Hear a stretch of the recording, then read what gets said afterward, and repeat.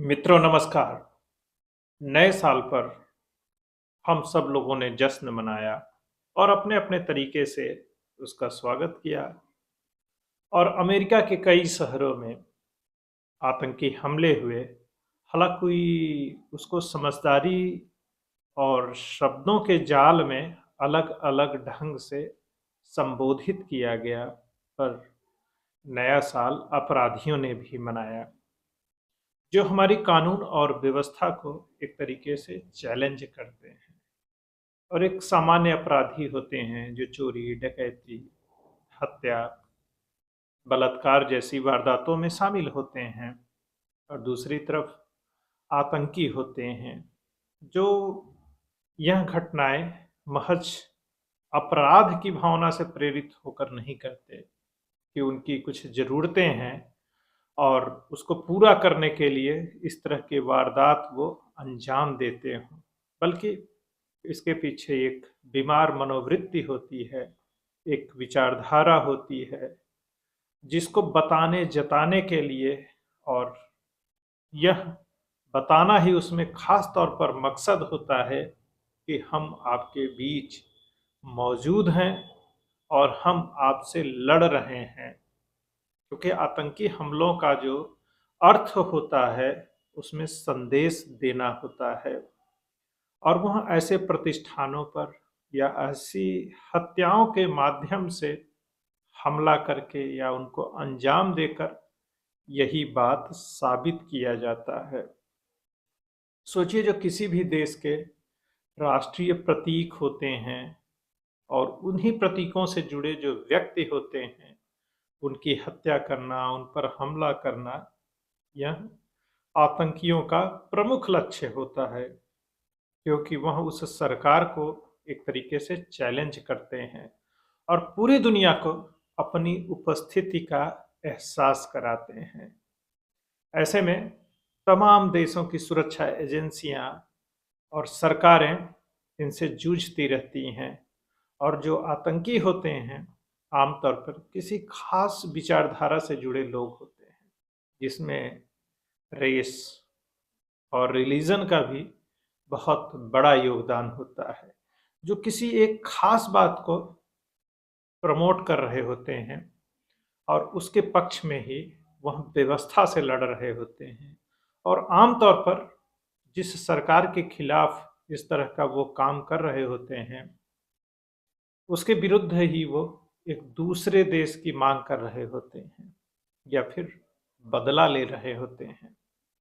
अब सोचिए, जो हमारा मिडिल ईस्ट है, जिसे मध्य एशिया कहा जाता है, जहाँ पर इस्लामिक देश हैं या यूँ कहिए मुसलमानों का शासन है, वहाँ पर जो युद्ध चल रहे हैं उसका बदला वो किससे कैसे कैसे ले रहे हैं।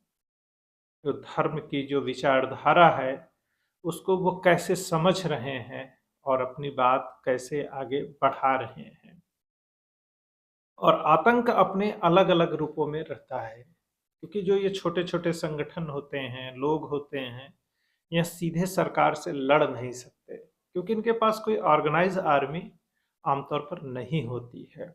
अब सोचिए, अगर आपको सेना तैयार करनी है तो उसके लिए गोला बारूद हथियार, इसके लिए आपको कंपनियां चाहिए, खरीदार चाहिए, और आपको अपनी सेना को ट्रेंड करने के लिए एक भौगोलिक क्षेत्र चाहिए।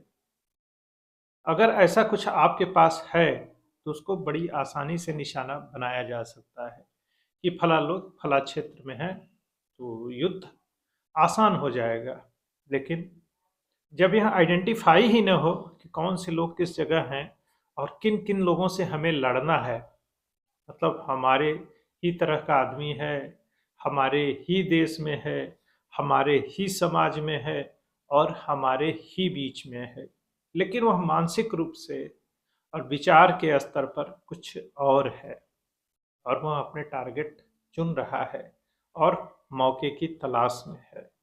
और पश्चिमी देशों या यूँ कहिए बुद्धिजीवियों ने जो आतंकवाद का विकेंद्रित रूप है, जिसमें पर्सनलाइज फॉर्म में लोग आतंकवादी बनते हैं और अपने तरीके से टारगेट चुनते हैं और अपने तरीके से उसको अंजाम देते हैं, ऐसे लोगों को किसी संगठन से संबंध होना ज़रूरी नहीं होता है। बस वो अपना टारगेट चुनते हैं और कोई भी हरकत करके ज़्यादा से ज़्यादा नुकसान पहुंचाते हैं और आमतौर पर खुद को ही हथियार के रूप में बदल देते हैं, क्योंकि उनको मारे जाने का भय तो होता नहीं है, क्योंकि इसका परिणाम तो मौत ही होगा ना। चाहे मुठभेड़ में मारे जाएंगे या फिर सजाए मौत होगी।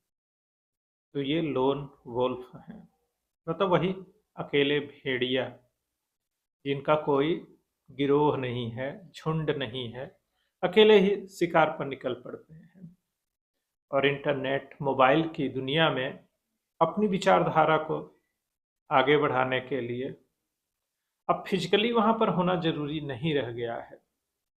आप रेडिकलाइज होना चाहते हैं और एक खास विचारधारा के पक्ष में ही हर समय सोचते रहते हैं और उसी को जस्टिफाई करने में लगे हैं, तो धीरे धीरे धीरे धीरे आपके दिमाग में जो जहर है वो और जहरीला हो जाएगा और आपकी कुंठाएं और मजबूत हो जाएंगी, जहां आपको कोई दूसरा पक्ष नहीं दिखाई देगा। अब सोचिए, यूरोप, अमेरिका जैसे विकसित देशों में आप क्यों गए थे? आप एक बेहतर जीवन के लिए गए थे और आपने जहाँ जन्म लिया वहाँ के प्रताड़ना से, वहाँ की परेशानियों से मुक्ति पाने के लिए गए थे और फिर उन देशों में पहुंचकर उसे आप जहन्नुम बनाने लग जाते हैं। आप किसी भी देश के नागरिक हों तो फिर वहाँ जाने का क्या अर्थ हो गया? वहाँ बर्बाद बदहाल जिंदगी तो उस देश में पहले से आपके पास थी, वहीं रहते। अगर आप उन देशों में गए हैं तो वहाँ की व्यवस्था को स्वीकार करिए और वहाँ ढालिए खुद को। आप अपनी पहचान बनाए रखने का जो संघर्ष कर रहे हैं तो अपने देश में बनाइए और उसको बेहतर करिए, क्योंकि ये जो समस्याएं हैं और वंचना है वह उस समाज की असफलता है। वहाँ पर आपको अपनी शिक्षा और समाज के स्तर पर जो संघर्ष करना है वह खुद करना है। अब हम अपने देश का उदाहरण लें। हम एक पूरी तरह से लोकतांत्रिक देश हैं जहाँ हर नागरिक को समान अधिकार है। भारत का नागरिक होना ही आपका मूल पहचान है। आप किसी भी जाति, धर्म या समूह से आते हो, इस आधार पर नागरिक अधिकारों में आपके साथ कोई भेदभाव नहीं होता। ऐसे में आप जितनी भी बातें बोलते हैं, करते हैं, वह सब बकवास है, क्योंकि जब आपको एक तरह के अधिकार मिल गए तब अब आपके जीवन के संघर्ष शुरू होंगे। जैसे कि सबके संघर्ष हैं, सफल होंगे, असफल होंगे, यहाँ से वहाँ, वहाँ से यहाँ आने जाने की आज़ादी है, शिक्षित होने का आपके पास अधिकार है। अब परिश्रम तो आपको ही करना पड़ेगा। कुछ भी ऐसे ही यूं ही किसी को नहीं मिल जाता। यह सफ़र आपका है और यात्रा आपको ही करनी पड़ेगी। और हर 5 साल पे चुनाव होते हैं। मान लीजिए आपका ग्रुप और आप जिस चीज़ की डिमांड कर रहे हैं वह यह सरकार नहीं मान रही है, तो आपको इसके लिए हथियार नहीं उठाना है। आपको जनता के बीच जाना है, वोटिंग के अधिकार और उसके फायदे नुकसान आपको बताने हैं। चुनाव होगा, लोगों को सत्ता से बाहर करिए। अब जैसे देखिए, किसान आंदोलन लगातार चल रहा था। अच्छी बात है, लोकतंत्र में आंदोलन एक स्वाभाविक प्रक्रिया है अपनी बात मनवाने के लिए, सरकार पर दबाव बनाने के लिए। मान लीजिए सरकार ने बात नहीं मानी, अब आपने पंजाब में सरकार बदल दी, बाकी जगह भी आप ऐसे ही बदल सकते हैं। सरकार बदलने का अर्थ ही होता है कि जनता आपके साथ है। अब आप सरकार में आ गए, अब आप नियम कानून बदल सकते हैं या वह चीजें कर सकते हैं जो आप चाहते थे। तो कुछ दिन इंतजार करिए। किसी राष्ट्र और समाज के लिए कुछ वर्ष, कुछ दिन बहुत लंबा अंतराल नहीं होता है। ऐसे में आप चीजों को बदल सकते हैं, तो वह जिम्मेदारी आपको लेनी पड़ेगी। सरकारी सेवा में आप ही हैं और आप ही चुने जाते हैं।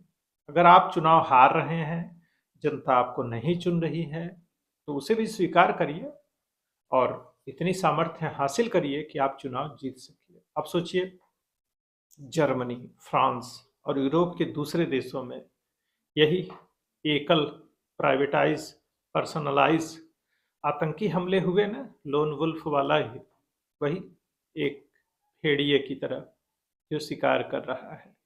आप कुछ भी वारदात अंजाम दे सकते हैं, गाड़ियां चढ़ा सकते हैं लोगों पर, गन फायर कर सकते हैं या अपनी अपनी बुद्धि, सामर्थ्य और हिम्मत के हिसाब से लोगों को नुकसान पहुंचाने के तरीके ईजाद कर सकते हैं।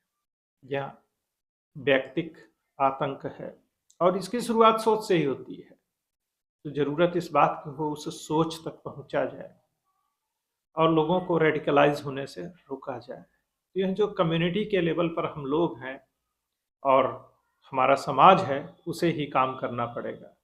और हर समाज को अपने स्तर पर जागरूक यानी अलर्ट होने की ज़रूरत है कि क्योंकि यह आतंकवादी हमारे ही बीच से कोई भी हो सकता है।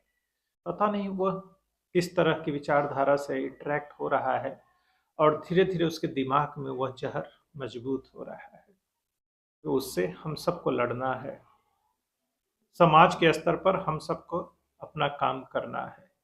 इसी के साथ अपनी बात को विराम देते हैं। जय हिंद, जय भारत, वंदे मातरम।